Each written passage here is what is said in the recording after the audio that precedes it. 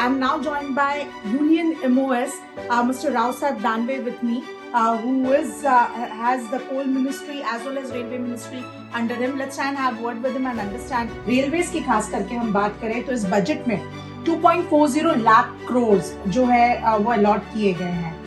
क्या और किस तरह से रेलवेज में इसका फायदा होगा या और भी चाहिए थे अलॉटमेंट, किस तरह से आप इसको आप पिछले साल का जो अर्थसंकल्प था उस पर ध्यान दीजिए कि गत वर्ष हम रेलवे को 2,37,000 करोड़ रुपए मिले थे और उसमें से कई काम प्रोग्रेस में लाने के लिए हमें मदद मिली, लेकिन इस साल उसमें इजाफा हुआ और 2,40,000 करोड़ रुपए रेलवे को इस बजट में सपोर्टेड बजट बोल के दिए गए.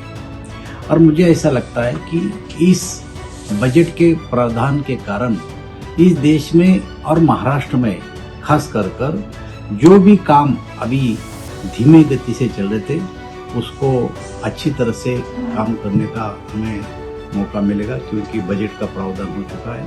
और 2023 तक जितने ब्रॉडगेज लाइन है वो सभी ब्रॉडगेज लाइन को हम इलेक्ट्रिफिकेशन कर रहे हैं.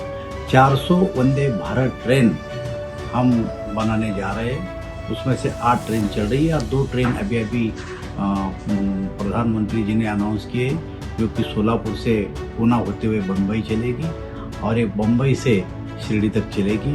तो 400 वंदे भारत ट्रेन हम चलाने वाले हैं.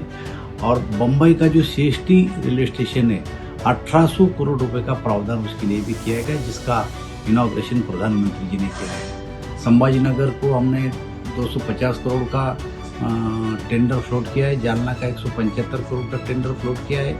ऐसे कई काम रेलवे के पूरे होने में इस बजट से हमें मदद मिलेगी. सर, अपोजिशन आकर कहती है कि ये बजट जो है, जहाँ पे मतलब गवर्नमेंट कहती है कि ये हर सोसाइटी के लिए ये बजट है. अपोजिशन कहती है कि ये बजट जो है बैकवर्ड क्लास है या पुअर एंड नीडी क्लास है उनके लिए तो है ही नहीं, और किसान भी कहीं पे दिखाई नहीं दिए. वो कह रहे हैं, वो ये भी कहते हैं कि ये पूरा का पूरा बजट जो है ये कुछ इंडस्ट्रियलिस्ट के फायदेमंद के लिए है जो बीजेपी गवर्नमेंट से नजदीक रहते हैं. ऐसा लगता है इस बजट अगर ध्यान से सुना होगा किसी अपोजिशन पार्टी वालों ने, तो इसमें तो इंडस्ट्री का नाम भी नहीं आया. इंडस्ट्री को छोड़ के तो इस देश को नहीं चला सकते, अपने इंडस्ट्री को तो प्रावधान देना ही पड़ेगा. लेकिन कृषि के लिए खास करके इस बजट में ज्यादा का प्रावधान है. और मुझे ऐसा लगता है कि जो ज्यादा उत्पाद होता है उसका स्टोर करने के लिए आज तक इतना प्रावधान अपने पास नहीं था, लेकिन इस बजट में है कि कृषि उत्पादन जो बढ़ा है और बढ़ाने के लिए और उसका स्टोरेज करने के लिए जो प्रावधान नहीं था, इस बजट में कृषि के लिए प्रावधान किया गया है. और मुझे ऐसा लगता है कि ज्यादा से ज्यादा अपना उत्पादन बढ़ाकर आयात कम करके निर्यात पे जोर देने का इस बजट में प्रावधान है. इसका मतलब आत्मनिर्भर भारत बनाने की जो घोषणा मोदी जी ने की है वो घोषणा के तहत इस पे प्रावधान किया है. हाइड्रोजन ट्रेन की अनाउंसमेंट हुई है कि दिसंबर 2023 को यूनियन मिनिस्टर अश्विनी वैष्णव इन्होंने अनाउंस किया है. तो किस तरह से ये हाइड्रोजन ट्रेन होगी और क्या एक, बिकॉज एक्साइटमेंट बहुत है. देखिए, कई घोषणाएं रेल डिपार्टमेंट की तरफ की जा रही है.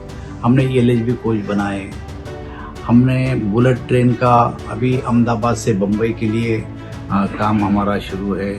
हम वंदे भारत ट्रेन बना रहे. जैसी नई टेक्नोलॉजी आ रही वो टेक्नोलॉजी अडॉप्ट करके इस देश में लाने की हम लोग कोशिश कर रहे हैं. मुझे ऐसा लगता है कि इसके बारे में जैसी जानकारी मिलेगी वैसा हम तो जानकारी देंगे.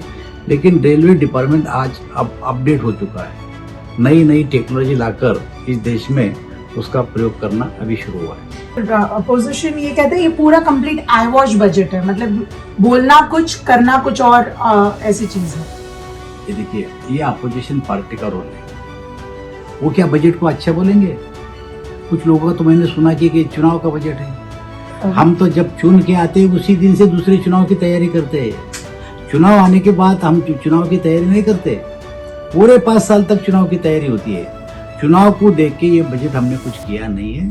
ये जो होता है वही करते हैं. और मोदी जी ने परसों भाषण में बोला है कि मैं जिस काम को शुरुआत करता हूँ, उद्घाटन करता हूँ, हस्तांतरण भी मैं ही करता हूँ.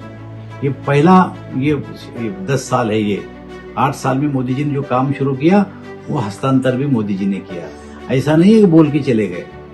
So that's Mr. Rao Saab Danve, Union MOS, sharing his thoughts with respect to the budget.